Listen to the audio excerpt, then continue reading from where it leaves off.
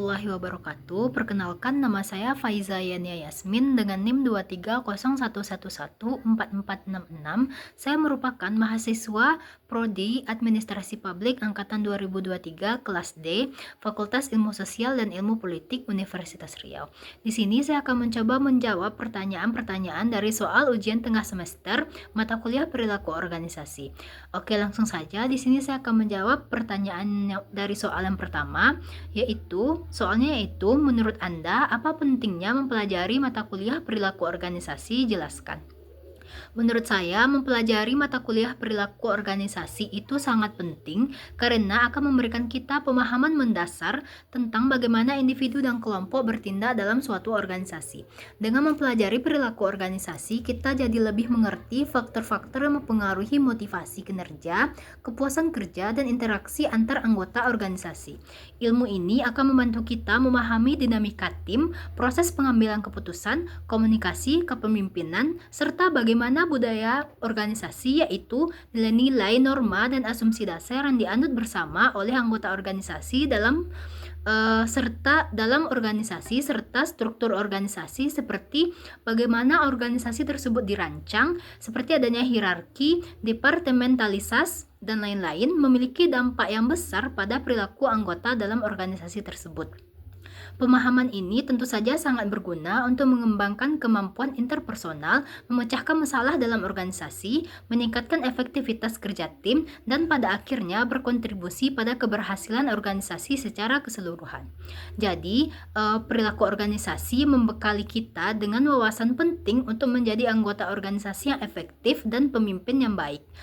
Selain itu, dengan mempelajari perilaku organisasi ini akan membantu meningkatkan efektivitas dan produktivitas sebuah organisasi. Kita lanjut ke soal yang nomor 2. Soalnya itu, apa yang Anda pahami tentang culture shock dalam konteks budaya organisasi? Jelaskan.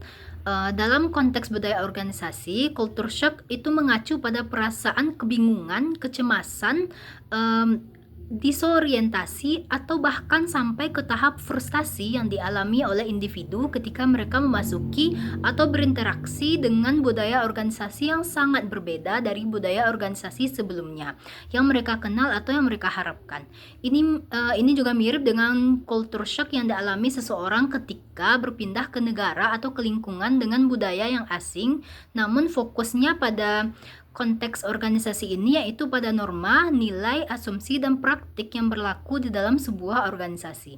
Perbedaan-perbedaan ini mencakup, yang pertama yaitu ada perbedaan norma dan nilai, di mana setiap organisasi memiliki seperangkat norma, yaitu aturan tak tertulis tentang perilaku yang diharapkan, dan nilai yaitu prinsip-prinsip yang dianggap penting yang unik atau berbeda-beda. Perbedaan yang kedua yaitu perbedaan gaya komunikasi. Cara orang berkomunikasi, baik secara verbal maupun nonverbal, bisa sangat bervariasi antar organisasi. Perbedaan yang ketiga yaitu perbedaan proses kerja dan struktur. Struktur organisasi, proses pengambilan keputusan, gaya manajemen, dan cara pekerjaan di organisasi dapat sangat berbeda antar organisasi yang satu dengan organisasi yang lainnya. Perbedaan yang keempat yaitu seperti perbedaan ritual dan tradisi.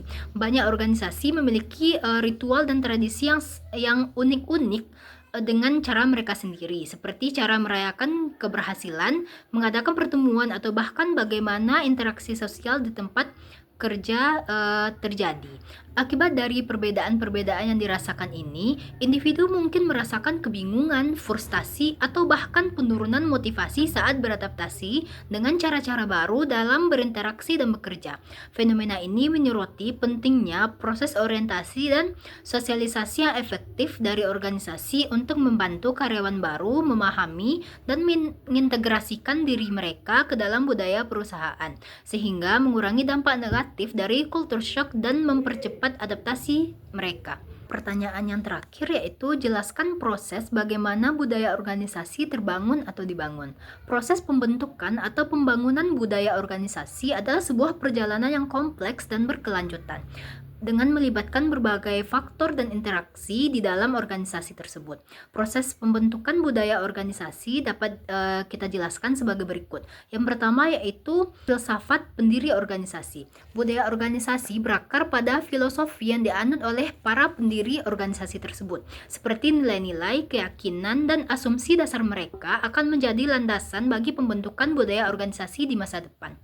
Yang kedua yaitu kriteria seleksi. Proses seleksi karyawan menjadi mekanisme penting dalam mempertahankan dan memperkuat budaya organisasi. Organisasi akan cenderung memilih dan mempertahankan karyawan yang memiliki nilai-nilai yang sejalan dengan budaya yang mereka inginkan. Yang ketiga yaitu manajemen puncak.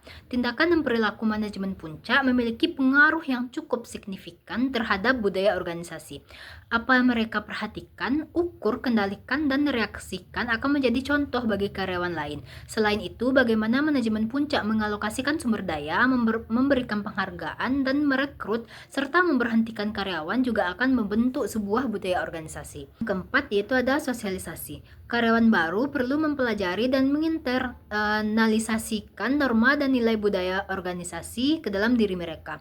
Proses sosialisasi baik formal misalnya orientasi, pelatihan, maupun informal misalnya seperti interaksi dengan rekan kerja berperan penting dalam mentransmisikan budaya organisasi kepada anggota-anggota baru. Melalui interaksi dan pengaruh dari keempat elemen di atas, maka akan terbentuklah sebuah budaya organisasi. Budaya organisasi ini kemudian terwujud dalam berbagai bentuk seperti cerita, ritual, simbol, atau material misalnya tata ruang kantor dan bahasa yang digunakan dalam organisasi. Budaya organisasi yang kuat akan memberikan identitas bagi organisasi, memfasilitasi komitmen kolektif dan menstabilkan sistem sosial di dalam organisasi.